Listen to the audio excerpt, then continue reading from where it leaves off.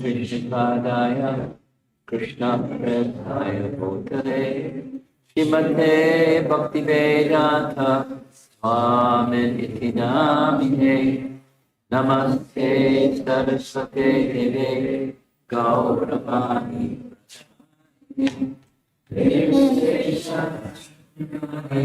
Asya Deshatare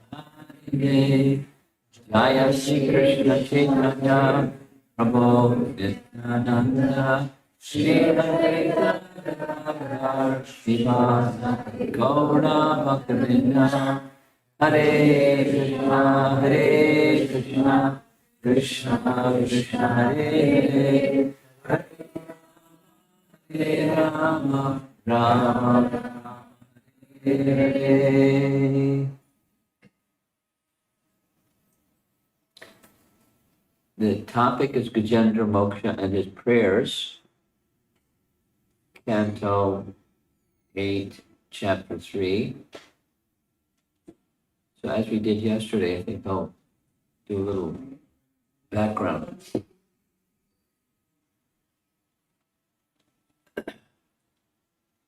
Padma describes the Srimad Bhagavatam as being the form of the Lord, starting with his feet, then his legs, then his navel, 5th canto, and then his torso, then his arms. By the time we get to his 2 arms, that's the 7th and 8th canto, the administration of the universe, or the form of the Lord, then his throat, and then his face and forehead, hair. So, form of the Lord is the 12 cantos of the Bhagavatam. So, the 8th canto of the Bhagavatam is this one, left arm. It's the administration of the universe. And the administration of the universe is covered starting with an explanation of the Manus, because that's how Canto 8 begins. And so the format of most scriptures, Bhagavatam is included, is that format. It's a question-answer format. And the question at the beginning of this canto, the deity, don't put your back to the deity. The question at the beginning of this canto is from Maharaj Parikshita Shukadeva Goswami. You have described Swayambhuva Manu and the descendants of Swayambhuva Manu. You mentioned that there are 14 Manus in every day of Brahma. Could you describe to me the other 13? So Canto 8 is a description of the Manus, based upon the question-answer format of Maharaj Parikshit asking. So why Swayambhuva Manu is already discussed, but the others not? Because a topic, it relates to the subject of Gajendra's prayers. A topic going back to Canto 2 and Canto 3, the process of creation. Twice. It's different perspective, same event, the unfolding of the universe from its unmanifest, and then it becomes manifest in different stages.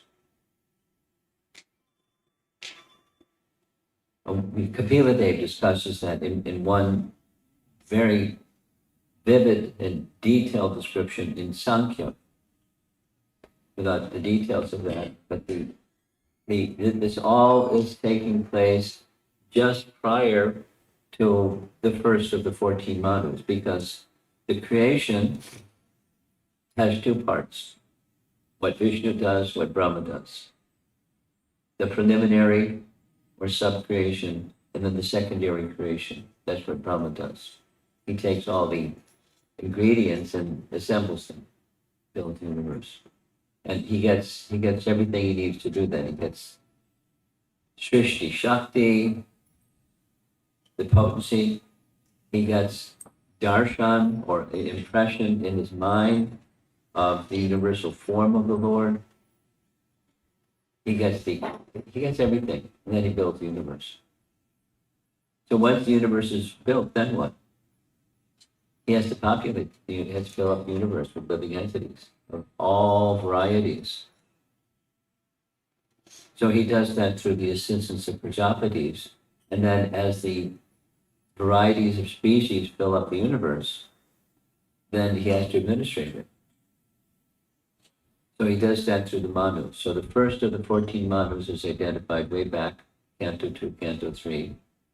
Swayambhuva Manu is Manu number 1 of 14. And Swayambhuva Manu has two sons, Uttanapada and Priyavrata. Who is the father of Dhruva Maharaj? Who knows? Uttanapada. The story of Dhruva celebrated section of so not narrated is too much about Priyavrata, but Priyavrata starts to appear in Canto 8 because several of the Manus that follow Swayambhuva Manu are sons of Priyavrata. Priyavrata doesn't become a Manu, but sons of Priyavrata become a Manu.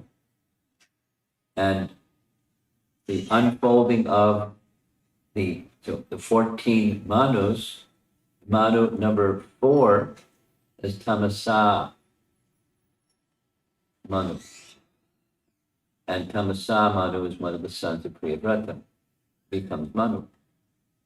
Manu is like an appointment. It's a service that he does for some time and then someone else does.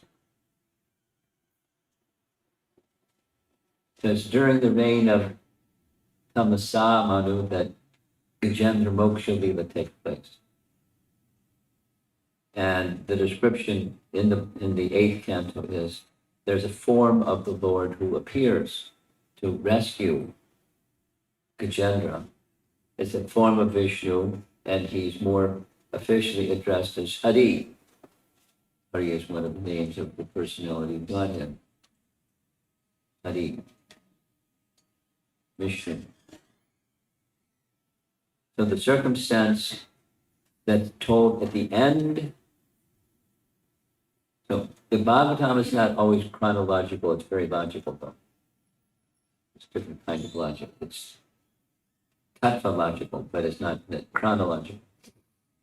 So how Gajendra became Gajendra was previous to becoming Gajendra, he was a king. The king's name was Indradumna. Indradumna was a very exalted Vaishnava, this and that, the other description of his exaltedness. He made a mistake, unintentional mistake, but a Brahmana took exception to his mistake and he cursed him to become an elephant. And he accepted, he didn't try to diminish or reduce, or he just accepted it. But he became an elephant, but in a celestial realm. And then there's details and details and details describing that realm. And he's an elephant in that celestial realm. Trikuta, 3 mountain peaks, one of gold, one of silver, one of iron. Trikuta mountain, Trikuta. So,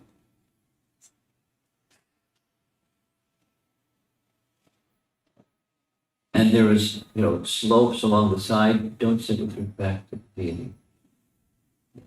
Slopes along the side of the mountain. And so he and his friends and his Shamshi elephants were moving about this place. And there was, down below, there was a lake, and so they went to bathe in the lake. And he was thirsty to take some water from the lake. And while this was going on, a crocodile came and he didn't like him to be in that lake and grabbed a hold of his leg. Ouch. And so he tried to get the crocodile off his leg. And they were both very powerful. Gajendra is the king of elephants, and the crocodile was apparently also very, very strong, and for 100 celestial years, which is a long time. And Prabhupada, in his Bhaktivedanta purports, describes 1 month on earth is 1 day in the heavenly realm. The night for us is 12 hours. Excuse me. The night for the demigods is 14 days. It's the waning moon. And then the waxing moon is another 14 days, so 28 days. Makes one of our months, and it's one of their days, day and night. Times so many zeros, it's a really big number, 100 celestial years. They're battling.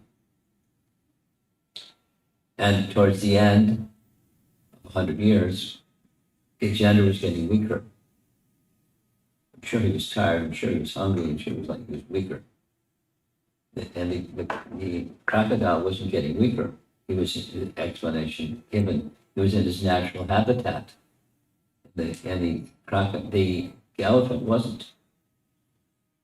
So he got this realization, I'm finished. He didn't panic because he had a whole 100 years of battle. But he recognizing that death was imminent, something quite unusual happened. What he did in his previous life came to his mind. His devotion to Vishnu came to mind. And he's in the body of an elephant in this dangerous situation, but the personality of Godhead and his shelter as his only shelter. Now, certainly in dire circumstances, but his only shelter in others than dire circumstances was very prominent in his life. So today's verse is verse number 5. We're going to read 6 also. 4 and 5. And in 4, he just starts his request. So prayers, there's a nice way of describing, different nice ways of describing prayers. One is just glorification. Another is making a request. So he's just going to start in today's verse, number 4, in making his request.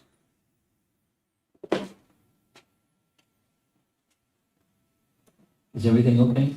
Okay. So he's going to make a request. Help. That's his request. Rescue me, because he can't rescue himself. Now, it's an illusion to think that you can rescue yourself. Any ability that anybody has to do anything. Sing, dance, do your homework, do your career, stand on your head, do your yoga, any ability to do anything comes from someone. We can't do anything on our own. We're dependent upon one who is fully independent. And that dependence upon the fully independent makes us also independent. Transcendentally independent. We're still dependent, but we're dependent upon the independent. So, this is verse number 3 out of his prayer. This is verse number 4 out of the chapter. And the first, just to recap, review what the first 2 verses were. The first verse was just, the personality of Godhead, glories of the personality of Godhead. The second verse is an interesting verse. Yesterday evening we discussed the absolute truth, being the source of everything, is not different than everything. Everything is not different than him. He's not different than everything, but he's aloof. So, there's details that, so rather than redo that class, now he's ready for something related to that second of the verses, and he's just going to take it a little bit further, and then comes his request. So a little bit further, I'll read the verse in the purport, but a little bit further is, we discussed it already because it's in the commentary, that at the time of he who is the source of everything, it's cantos 2 and 3 retold in the form of prayer. That's the extension of the cosmic manifestation from the source. And the source of the cosmic manifestation is who? Ultimately Krishna, because he's the cause of all causes, but the source is Vishnu. The father of the creator, Brahma is the creator, he's the sub-creator or secondary creator. It's Lord Vishnu. Vishnu produces all the ingredients and the intelligence and the everything.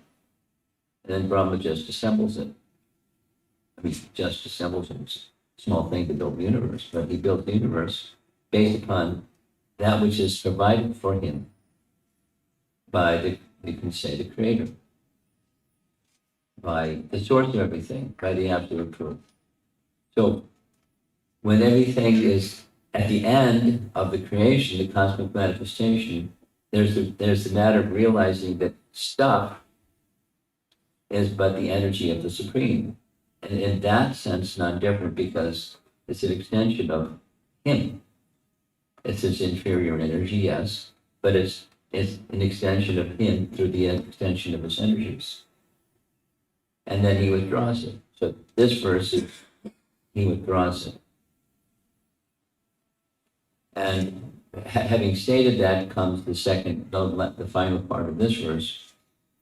Please protect me. You're capable of extending and withdrawing.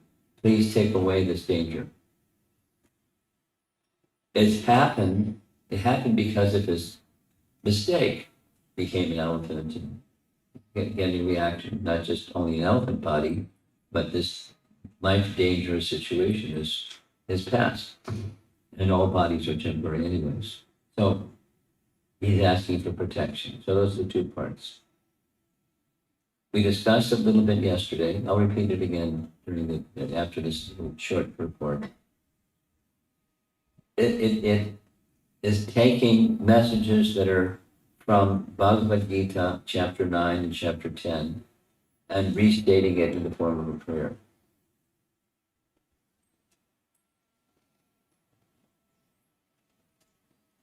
Chapter 9, Krishna is indicating that the material creation is from him, and because it's from him, he is situated in everything because it's his energy, and he's situated apart from it because he's still apart from it. Behold my mystic opulence. It's just Bhagavad Gita way of saying, and then this is the Bhagavatam way of saying. So I'm going to read the verses on the screen. You can say responsibly. Is this number 4? Yes. Boy, great. Om Namo Bhagavate Vasudevaya. Om Bhagavate Vasudevaya. Om Bhagavate Vasudevaya. Yasatmanidam nijamaya yarpitam. Chitvatam ka chatatirohitam. Vitadrikshya shati upayam Tat ikshate. The Atmamulo Vatu Mam Parat Para. Supreme Personality of Godhead, by expanding his own energy, keeps this cosmic manifestation visible, and again, sometimes renders it invisible. That withdraws it. He is both the supreme cause and the supreme result, the observer and witness in all circumstances. Thus, he is transcendental to everything. May that Supreme Personality of Godhead give me protection. That's the request part. Purport by Srila Prabhupada. The Supreme Personality of Godhead has multi-potencies. Parasha Shaktir Vibhadaiva Shruyate. Therefore, as soon as he likes, he uses one of his potencies, and by that expansion, he creates this cosmic manifestation. Again, when the cosmic manifestation is annihilated, it rests in him. Still existing, but it rests. The potencies are withdrawn, but they're within him. And then again, they're extended in cyclical fashion. Nonetheless, he is infallibly the supreme observer. Under any circumstances, the supreme is changeless. So while the Prakriti is changing, manifesting, sustaining, withdrawn, resting, extending, in the cyclical fashion, Prakriti is changing, but he's not. He's changeless. He is simply a witness and is aloof from all creation and annihilation.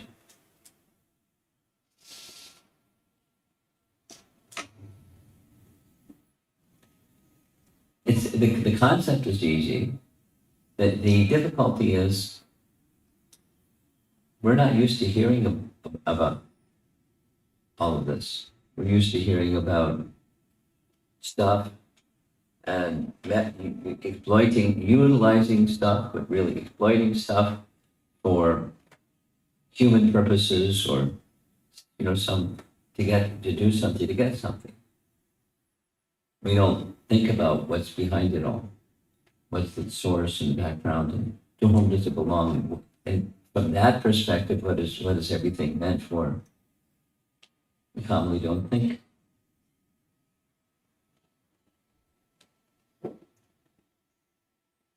And that forgetfulness is Maya. It is Maya. And there are degrees of Maya, degrees of darkness, of covering. But in principle, it's all darkness. It's all forgetfulness. Even when there's steps moving in the direction of remembrance, let's say in theology or theistic kind of life, the experience, the direct experience of the personality of Godhead is what's wanted. Now, Gajendra's getting that opportunity in a short while when he finishes his prayers. We're not going to cover all of his prayers, but when he finishes his prayers, lo and behold, Lord Vishnu appears. How he appears is in the sky. He's standing on the back of Garuda, and he smiles. Didn't say anything, just smiled. And Gajendra sees him, and he can't do much. He's got this alligator chomping on his leg. So he has a trunk that's free, and with the trunk he plucks a lotus and offers the lotus to his Lord. Like we might offer a flower to the deity. The gesture is accepted. It's an offering of what he has the capacity to do. And you know the rest of what happens. He raises his Sudarshan chakra and chops the head of the crocodile. And the crocodile, from the body of the crocodile comes the entity that was also cursed to become a crocodile, King Uhu. And he goes back to Gandharva Loka. And Vaikuntha Vimana descends and takes Gajendra, who's now given, awarded his spiritual form, and he's taken to Vaikuntha. And they lived happily ever after.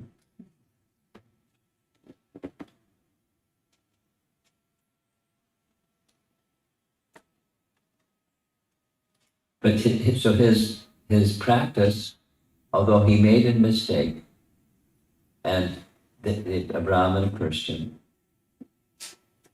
an unintentional mistake, etc., etc. So that curse was actually a benediction. And the circumstance was what it was. And it was just a means to get King Indradumna to the position where he would be completely dependent. We're always dependent, but consciously completely dependent upon the personality of Godhead. So it doesn't have to be some calamity that brings us to that position, but that's the position that's needed. And it's the fact. We're completely dependent. We move as if we're not. Because we have this free will propensity to make choices, and we make choices according to that free will. And sometimes, according to the modes of nature, generally speaking. Sometimes good, sometimes passion, sometimes ignorant, and keep moving. Our free will keep moving, it impacted by, influenced by modes of nature, unless and until there's shelter of something that's eternal. And the Vedas, Bhagavatam, and all of the Vedas are meant to bring us again to that rightful position, beyond the temporary, into in the eternal loving service of the Supreme, in different features depending upon the living entity's disposition. I want to read the next verse also, because verse number 5 very nicely connect with verse number 6. Verse number 6 has very small purport. So we get 6, number 5. Kalena pachatat panchatam iteshu Krishna so Keshu paleshu cha sarva hetushu Namastasmastadati gahanam kabhiram Yastasya pare vivarajate vibhu. In due course of time, when all the causative and effective manifestations of the universe, including the planets and their directors and maintainers, are annihilated, there is a situation of dense darkness. Above this darkness, however, is the Supreme Personality of Godhead. I take shelter of his lotus feet. So he's offering prayers to one who he has not seen, but he knows he exists. He knows that he exists from having heard. So one who has faith based upon scriptural indication, having heard from a proper source, that's as good. It's a transcendental seeing as opposed to the material, fallible seeing of anything. So this verse 5 is a continuation of number 4. From Vedic mantras, we understand that the Supreme Personality of Godhead is above everything. He is supreme, above the demigods, including Lord Brahma and Lord Shiva. He is the Supreme Controller. When everything disappears by the influence of his energy, the cosmic situation is one of dense darkness. The Supreme Lord, however, is the sunshine, as confirmed in the Vedic mantras Aditya Varnam Tamasa Parastat. In our daily experience, when we on earth are in the darkness of night, the sun is always luminous somewhere in the sky. Similarly, the Supreme Personality of Godhead, the Supreme Sun, always remains luminous, even when the entire cosmic manifestation is annihilated in due course of time. So the power or potency of creation is called Srishti-Shakti. And that potency, Srishti-Shakti, is invested in Lord Brahma. Now, prior to Lord Brahma doing what he does, Lord Vishnu does what he does. He makes the whole show ready to put together, ready to assemble, for one who knows how to assemble it. And he gives him the knowledge, etc., etc., etc. So he's the creator, and the source, the portion of a plenary portion of Krishna. These are these three Vishnu forms. So sometimes these three Vishnu forms are described in distinct fashion. Sometimes they're not. Sometimes they're described as if seamlessly, first one, then another, are spoken of as Vishnu without distinguishing their function. But all three are involved with creation. Say it in a different way. In the spiritual sky, there's no Vishnu. Sometimes Lord Narayana in the Vaikuntha realm is also identified as Vishnu, sometimes. Because in category, he is the same. But technically, he's not the same. So there's a distinction.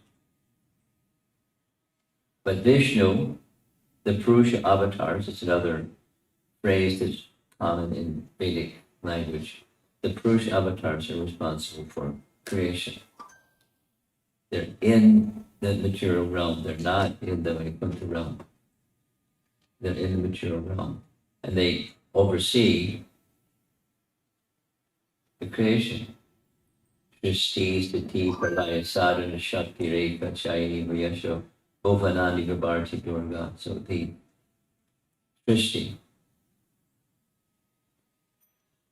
So the one who creates the universes, the one who enters and expands each universe, the one that enters into every atom of the universe, and every living entity within this universe. Vishnu, Vishnu, Vishnu.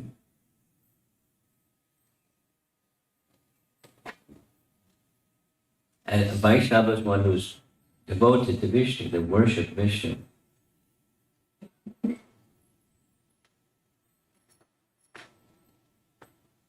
There's a Vaishnava text called Narada Bhakti Sutras.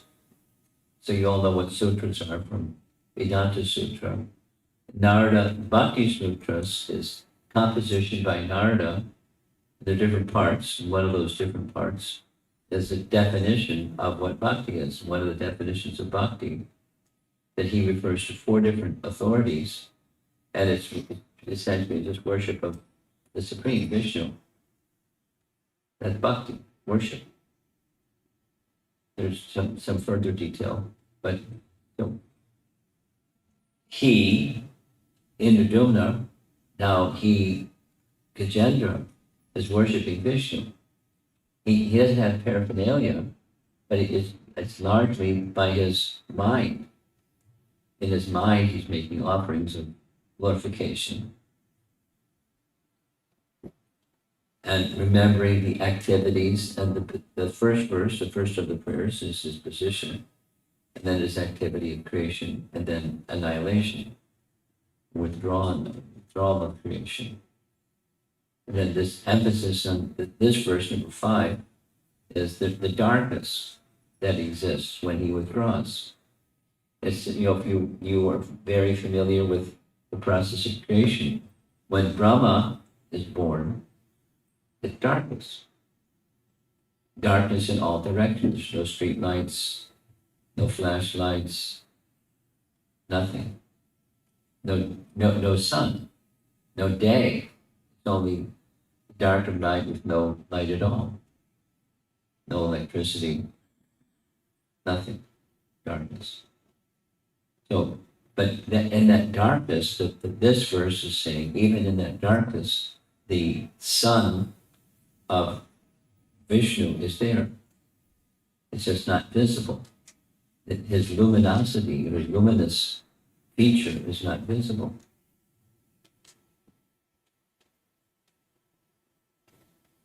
But a person in knowledge, like Gajendra or King Gajendra or us, we should know he may not be visible, but he's there. Always. On all phases of creation. So time moves, and as time moves, creation comes and it maintains and it disappears. It stays for some time, disappeared, withdrawn, and then again, cyclical time. Time as we know it moves. And again, manifestation in phases, and so forth. But he's beyond time. He's beyond matter. He's the source of matter, but he's beyond matter, even when it's manifest. And he can appear within matter or not appear within matter. He's so the constant that's mentioned here is he's the witness or observer. Upadrashta. That's a function of Paramama, right? Upadrashta Anamanta Cha from Bhagavad Gita. He's the witness, observer, and he's the permitter, Anamanta.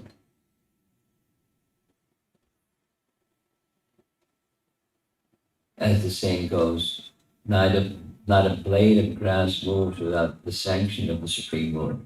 There are lots of blades of grass that move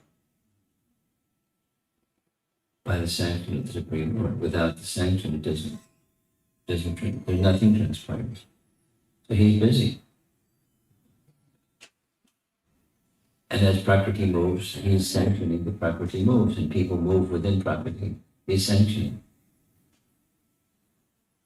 His power is there. Whether we recognize it or not. But so those who are situated in Vedic knowledge, they recognize it in all circumstances. But once Krishna consciousness has awakened, it remains awakened. It's not that it goes to sleep or becomes again forgetfulness. Ignorance is dispelled by light. Darkness is dispelled by light. Ignorance is dispelled by knowledge. One who's situated in knowledge, not just information, but knowledge, realization of the personality of Godhead.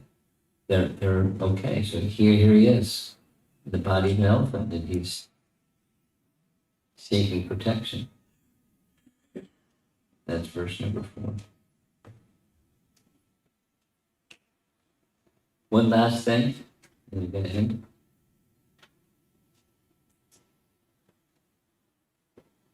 Once upon a time, some years ago, I wanted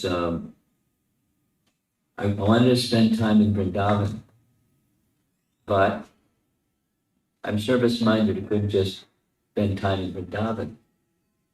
So something very fortunate happened. Borjan Prabhu, my godbrother, came up with this wonderful idea of conducting the Vrindavan Institute for Higher Education, VIHE, kind of nice acronym. And so persons, as soon as I heard about it, I volunteered to be one of those persons to teach seminars for 1 month in Vrindavan. So I could have some service for a month and stay there and engage in devotional service.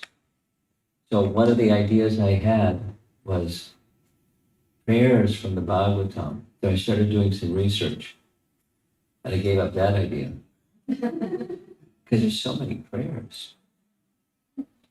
And they're very elevated. So just like this, we just touched on one, a little bit looking at some others, but touched on two. And there's many, many more. And that's just one section of prayers. There's a lot. I forget the number, but it once added up the number of how many prayers in the Bhagavatam. It's like something like half or more than half of the verses in the Bhagavatam. And what are the prayers? They're revealing truths. It's glorification of the very process of bhakti, taken from Narada Muni or other definitions of bhakti. It's worship through praise and hearing the glories of, the pastimes of, and the form of, the description of, and the devotees of the Supreme Lord. It's all what makes up bhakti, and bhakti is the means to access the absolute truth. And without bhakti, you can't. It remains concealed, remains in darkness.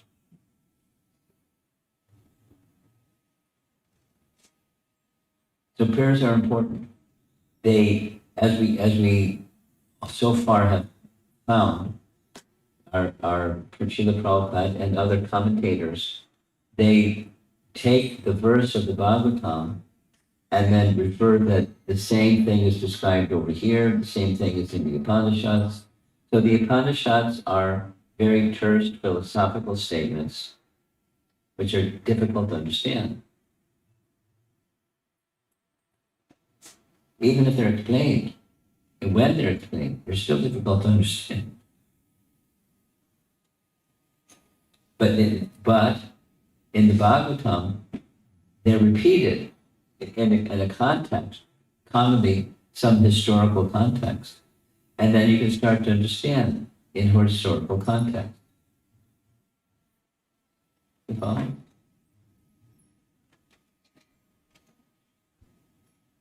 In Vedic tradition, here's a detail. Jiva Goswami explains that in Vedic tradition, there are 10 standard means of knowing, pramanas. And of those 10, 7 he eliminates because they're just expansions or extensions of 3. So 3 primary means of knowing. Sense perception, seeing is believing. Sense perception. You can say anything. Let me see. Show me. Sense perception. Then I can believe. Then, show me God and then I'll believe.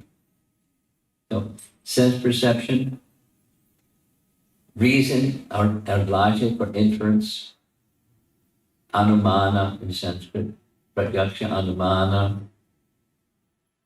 those are fallible. And then shabda, sound. And material education, the universities all over the world, it's sound. There's books and there's teachers. And teachers teach the books and there's sound. Material knowledge. And a fourth that's also mentioned by Jiva Goswami is what I just said. Sometimes atihiya, or history, historical evidence, is used. When it, not necessarily something that you have perceived or seen, but historical evidence, like one that Prabhupada would use often. Empires have come and gone. Anyone who's listened to Prabhupada's reported this is the thing that he liked. The Roman Empire came and now it's gone. The British Empire came and now it's gone. Napoleon and his empire, and Hitler and his empire, and Cartesian Empire, and empires can come and gone. Don't repeat it. History tells you it's foolish. Don't chase empires. But today, then we'll go on. Probably I shouldn't be saying, but in this country, that country, the other country. They want to build their empire. It's still going on. Some different names change out, but it's the same principle. Empire building.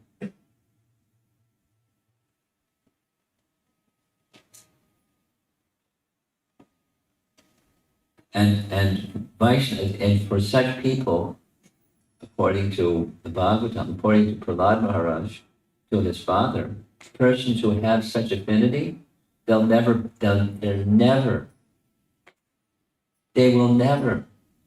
be able to become devotees.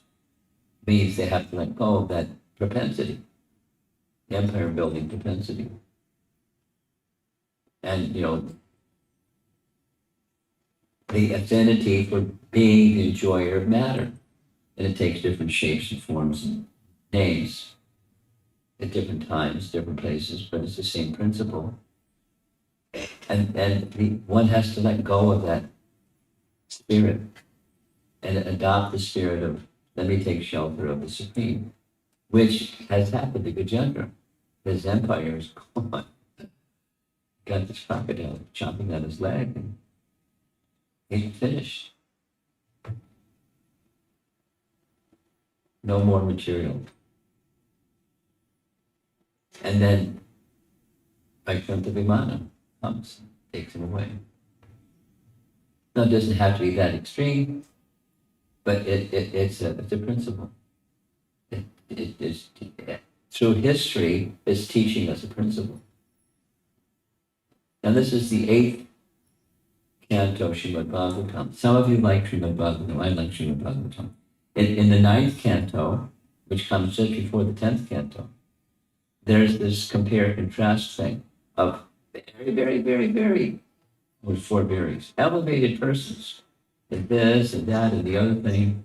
And if they have a material contamination and haven't taken shelter of bhakti, big problems. Last name would be those internal problems become insurmountable problems without naming the names. But in order to get to the 10th canto, to get to Krishna becomes revealed, that he makes his appearance and has his pastimes, and to understand those obstacles have to be taken away, and bhakti can take them away, and other processes of elevation. One may become very super elevated. But if those difficulties linger, guess what?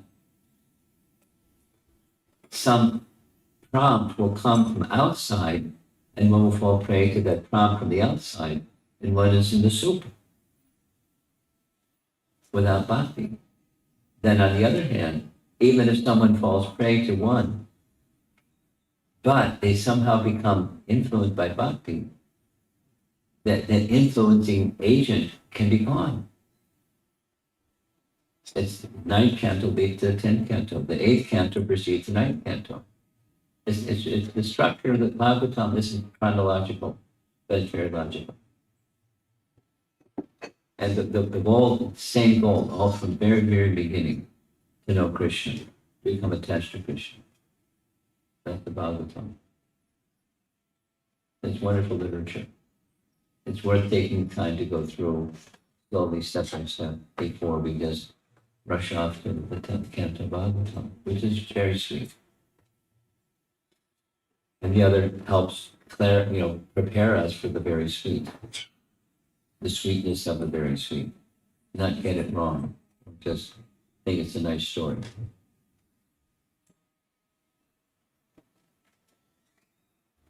Okay, so let's see if there's some discussion. Gajendra Moksha.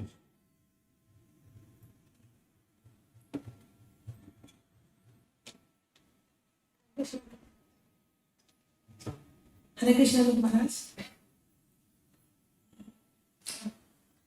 Gajendra past life he is in the Jnana. Yeah.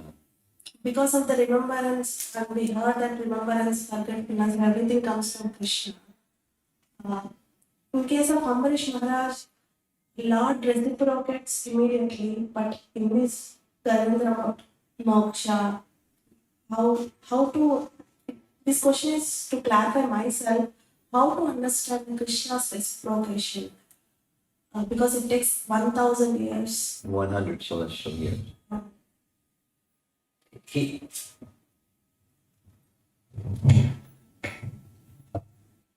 Krishna, you have 2 children. Do you always do what your children expect you to do? Do they always do what you expect them to do? But from your side, your interest is their interest, as mother's interest is the interest of the son and daughter. Now, supposing you're a perfect person, not just a conditioned soul, but a perfect person, you know best. It's not going to be according to their calculation what's best. It's what you know best. You know X, Y, Z. And so you give medicine sometimes, and you give the example the Prabhupada uses. Sometimes the father and mother give bitter medicine. Sometimes they give sweet milk. But it's for the welfare of the dependent. So Krishna knows best. And what he wanted is the same thing he wanted from us.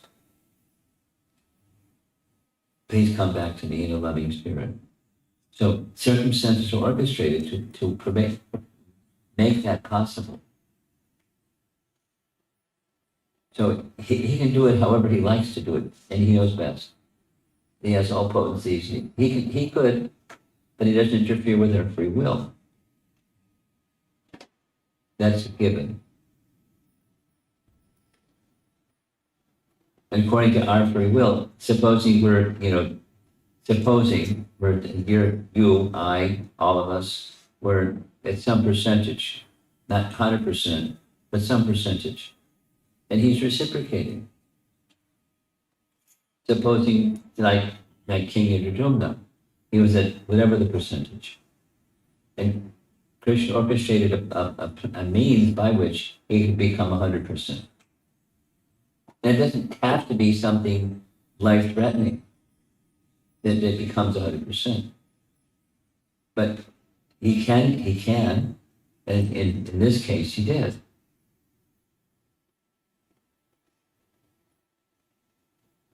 And it can be, it's from the lowest to the highest. Just because it's in the same section as Bali Maharaj. And when Bali surrendered everything, he wrote all the XYZ. He went against what Sukracharya said in the same canto, 8th canto. He went against what Sukracharya said.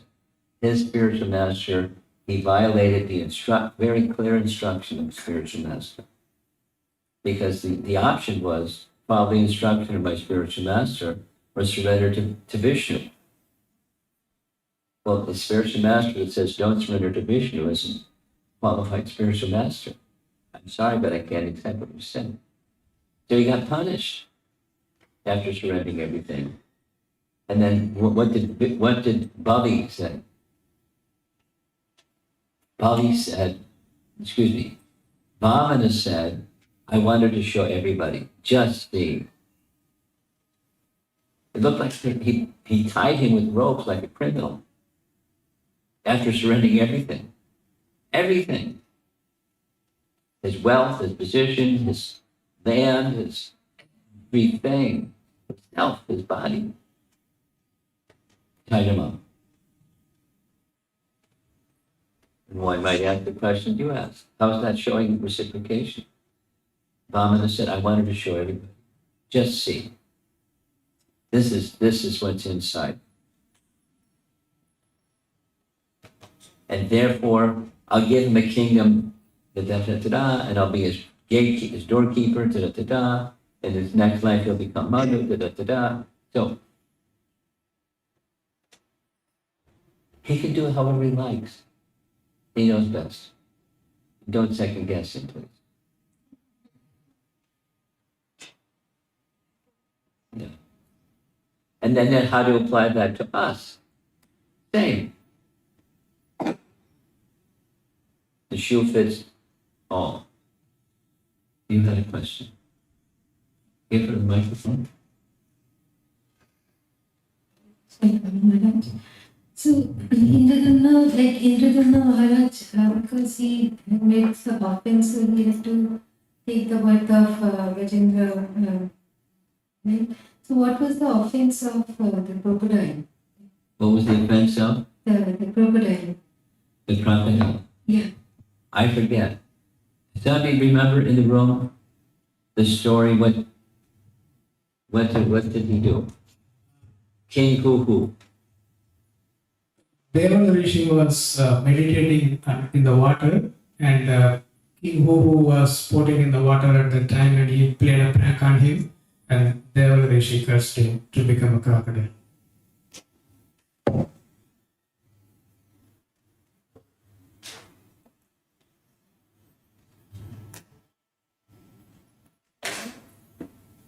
You have a question? You always have a question. You'll have a question before this meeting. Anyone else? Okay, here comes the microphone. You gotta speak slowly and clearly. How did Ganesha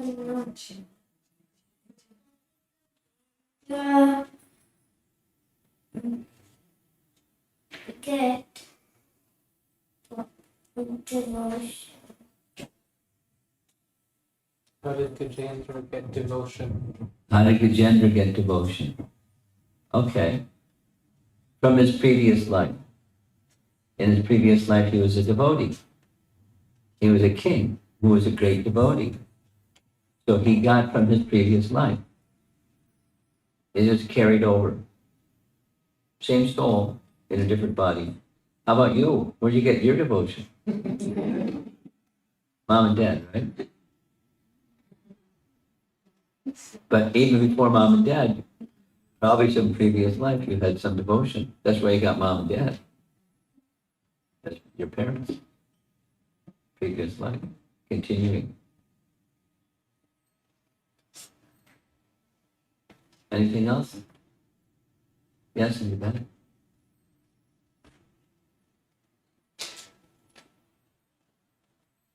Hare Krishna Guru Maharaj. Guru Maharaj, Krishna reveals. So, how can I understand that Krishna revealing, like, How when can you I understand see it? What? Krishna revealing to us?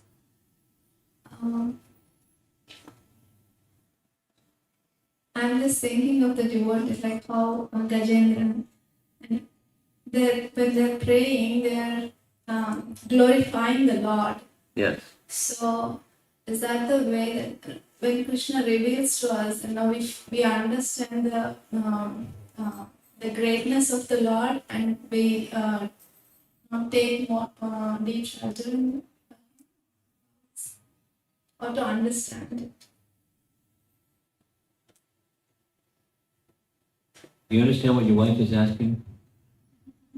Tell me. I think what she's saying is that we glorify the Lord just like Gajendra is glorifying the Lord. Yeah. And then how does Krishna reciprocate? How does he reveal to us his glories? That's not what she's asking. You clarify, just speak it. Not reciprocating, but it's revealing. As you are explaining. How does Krishna to us? How does Krishna reveal his glories? Revealing means it's understanding the glories of Him. Well, there's conceptual and there's realization. The concept comes from scripture. Realization comes from bhakti. And then with bhakti, we can realize something. So then it's two questions. The conceptual is from scripture. His glories are filled. The scripture is filled with his glories. And in this particular case, for whatever the reason, because it's Vishnu, that he's Vishnu Bhakta, it's focused on creation, Prakriti, and the source of Prakriti. And you're the source of Prakriti. And different features of Vishnu function, Vishnu glorification. But he is fixing his mind on the majesty, the mightiness, the all-powerfulness of Vishnu. And because he's a Vaishnava, he's seeking protection. Rakshishati Vishvaso. It's one of the symptoms of surrender as you look to the Supreme Lord for your protection. So it's revealed to him by the circumstance and also by the concept. But through bhakti, something becomes realized. Something that's notional becomes realized. The circumstance may help, but that's back to your question. Circumstances are going to be orchestrated, customized for each of us. There's some things that are common for all of us, but some things that are customized for each of us. And sometimes a light goes on, and sometimes lights don't go on. We just go on like donkeys.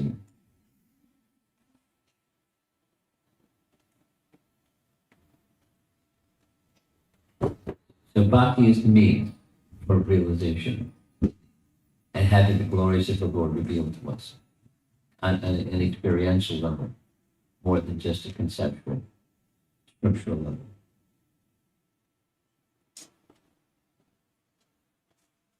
Go ahead. Hare Krishna Guru Maharaj. I'm just thinking about this glorification of the Lord in the prayers. Does at my stage, like saying the gratitude, is that also a glorification? Of course. But yes. And based on my realization. Well, let's go back to Gajendra's prayers. His glorification is the creator, because that's a function of Vishnu.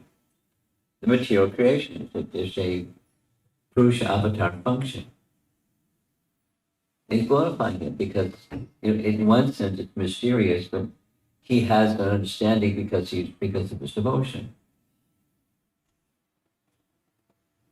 So, glorification in relation to the person, and there are different understandings of the person, like Hiranyakashipu and Lord Shingadev. Lord Shingadev manifested that form because of the devotion of Prahlad. And so the reciprocation of Lord is going to be different. But yes, the hearing of and remembering and speaking the glories of the Lord invite the reciprocation, invites the realization. It purifies us and makes the ground ready for the kind of reciprocation with the lights on. And we have an experience of the personality of Godhead. Is that responsive to your question? Not exactly. Yes, Maharaj. So the glorifications also give us the strength. When we hear and when we glorify the Lord in the way we are going through some struggles, it gives us the strength and the hope. Of course. Hope. And I was just thinking about the gratitude does that come under the category of glorification? Oh, Because okay. That was your question. Yes. Be grateful for what?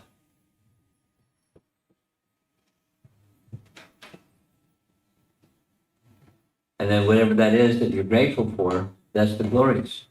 Your question is there a connection? It's not the gratitude itself is the glorification. It's the something that you're grateful for. And then there's a feeling, that's what you feel, and then there's the glory.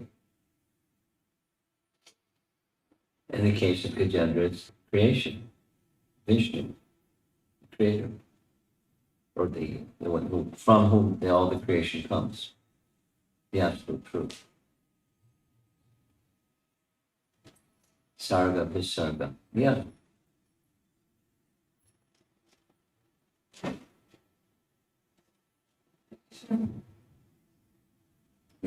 Hare Krishna, Guru Maharaj.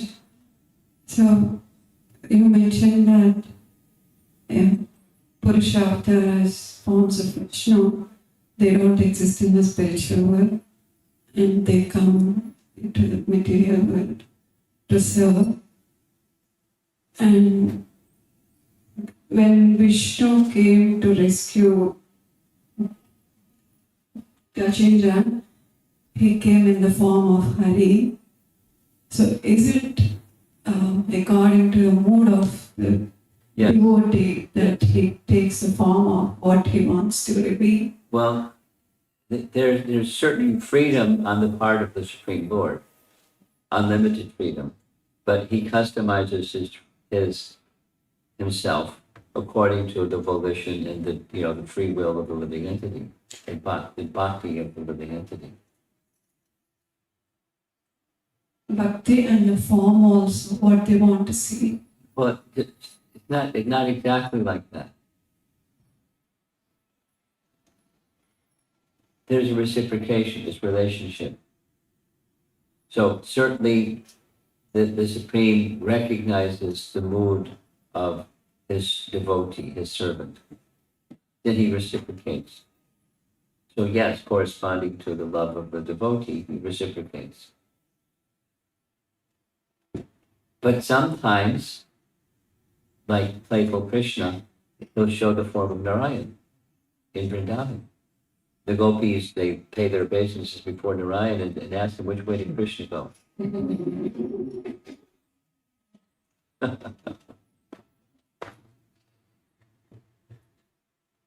And they think that that form is the Supreme Personality of Godhead. They don't know about original form.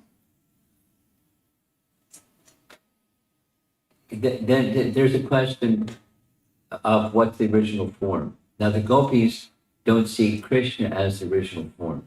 They see Narayan as the original form. Yeah, we were reading actually it is our question.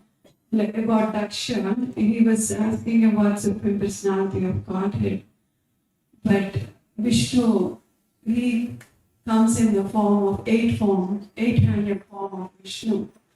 Daksha sees, and he thinks he's the Supreme Personality of Godhead, and he offers prayers to. No problem. What's the problem?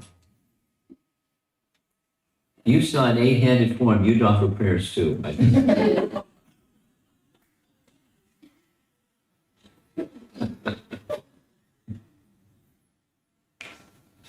The question of her is like Prabhupada says that form, the supreme form, that's what he says in the prayer. But why not Krishna did not appear? Why he came in the form of Vishnu? That was the question. I think so. Here he came in the form of Hari. Because that was his worship, it was his Ishtadev.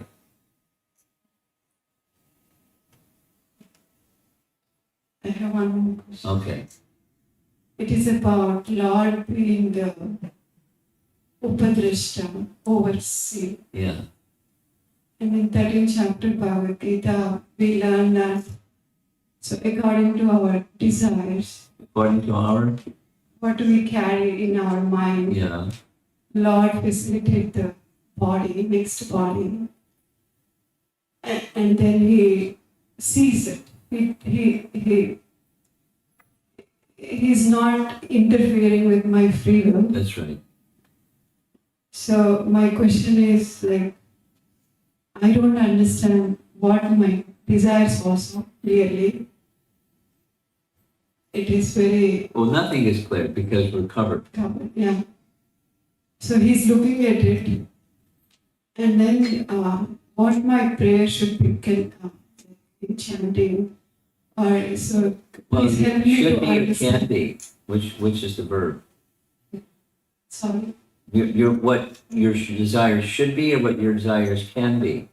What's your question? Desire should be. Should be.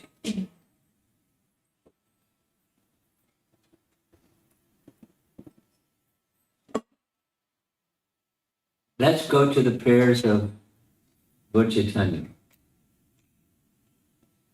or any pure devotee, Prahlad, Dhruva. You can do with me whatever you like. Your prayer should be, I'm your unconditional servant. That should be, that's ideal. That's like at the top. But, should be is what's commensurate with what you can sustain today. Please help me get to this state where there's no condition on my side. It's all from your indication to me.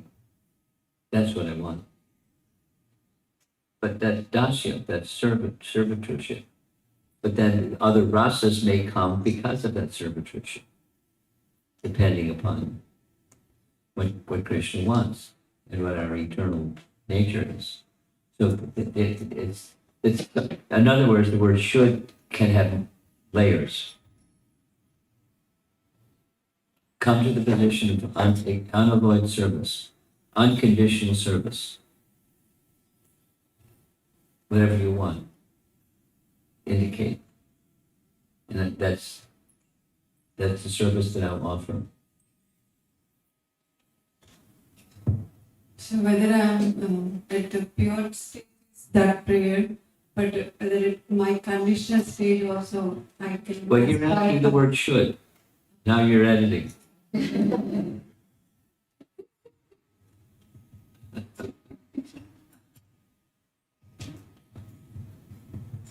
Yes. It's going to be our last question. We're going to end. Oh, yes, two more questions. You have a question. Okay, two more. Go ahead. Hare Krishna, Guru Maharaj, please accept my humble obeisance. Srila Prabhupada and you. Guru Maharaj, it's a very nice topic, Gajendra Moksha, and I find it very relevant to my life too, because I feel that dangers are always hanging on our heads, and it's Yeah. just a matter of time when a danger bomb might be dropped. And in my own personal experience, I feel that, as you were saying, that when dangerous situations come, at first my response is that I become fooled and I become a donkey and I get swayed away in that situation.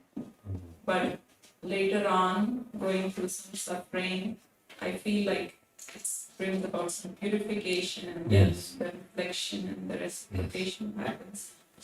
And then when I look back, I feel like, why did I behave like this? Being a devotee, being so blessed, having all this knowledge coming from, my mentors and my Guru Maharaj, we sway away, I get, carried away with the material energy or.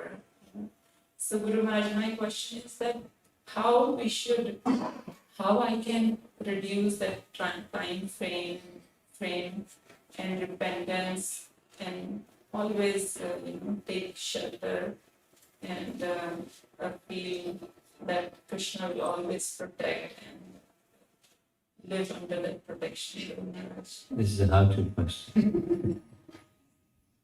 And you know my answer to how-to questions.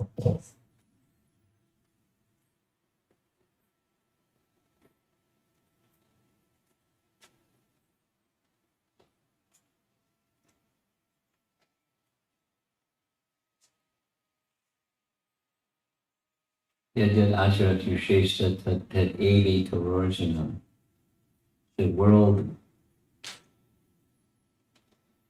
of spirituality and the world other than spirituality moves based upon those who are Shrestha. We look to those who are Shrestha and we not copy, imitate, but we follow. And that's how the world works. So find such Shrestha persons that you must have found.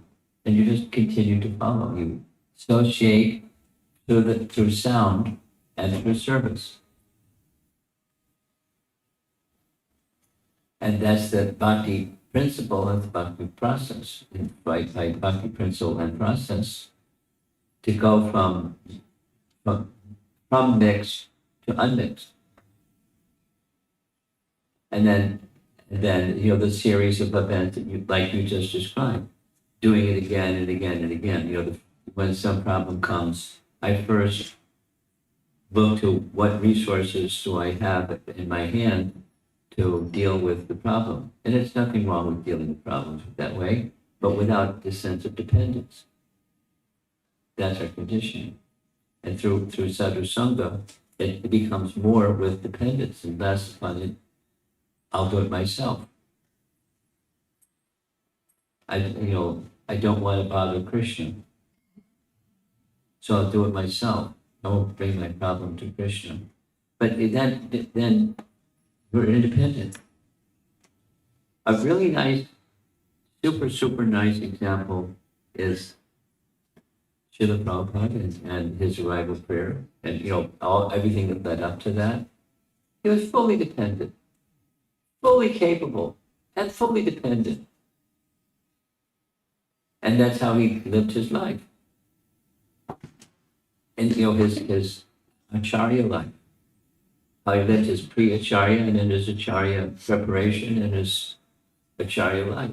Fully dependent. Feeling himself completely at the mercy of the personality of Godhead. Just making important decisions. And dealing with, problems and conflicts and, situations. Completely confident. And completely dependent. So there's a role model for you. I'm sorry, you have the microphone? The Sadhu Sangha principle. So the text for translation, there was one line where Prabhupada translates it as, he is both the supreme cause and the supreme result. Yeah. It's a unique way of Yes, it putting is. it. Yes, it It is. stood out for me. We understand the supreme cause to be cause of all causes. Yeah.